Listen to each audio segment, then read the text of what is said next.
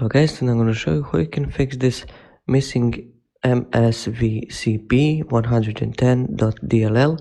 So there are several methods how you can do it. So let's go and fix it. So I have several methods. So the first method is to go to start and we're going to type services dot msc like this. And then we just click on these services. It should appear on start, and then when you are here we click on any one of them, and then we click on V, the letter V, and until we find this volume shadow copy. So we double click on it, and then here make sure this is on automatic here, and we click OK.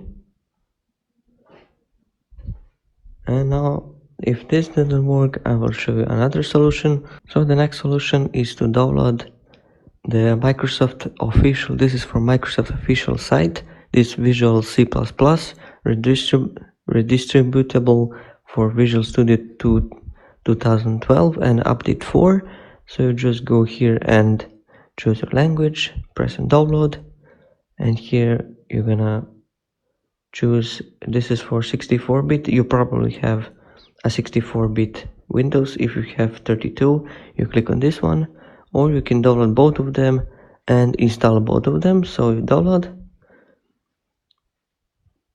and after that you just run them and install as normal program, and this allows to download multiple files. So in that case this will also be in the description of the video, so you don't have to worry to search it.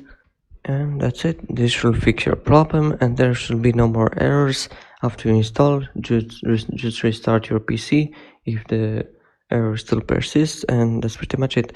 Thank you so much for watching. Don't forget to subscribe the channel and support the channel for more content like this.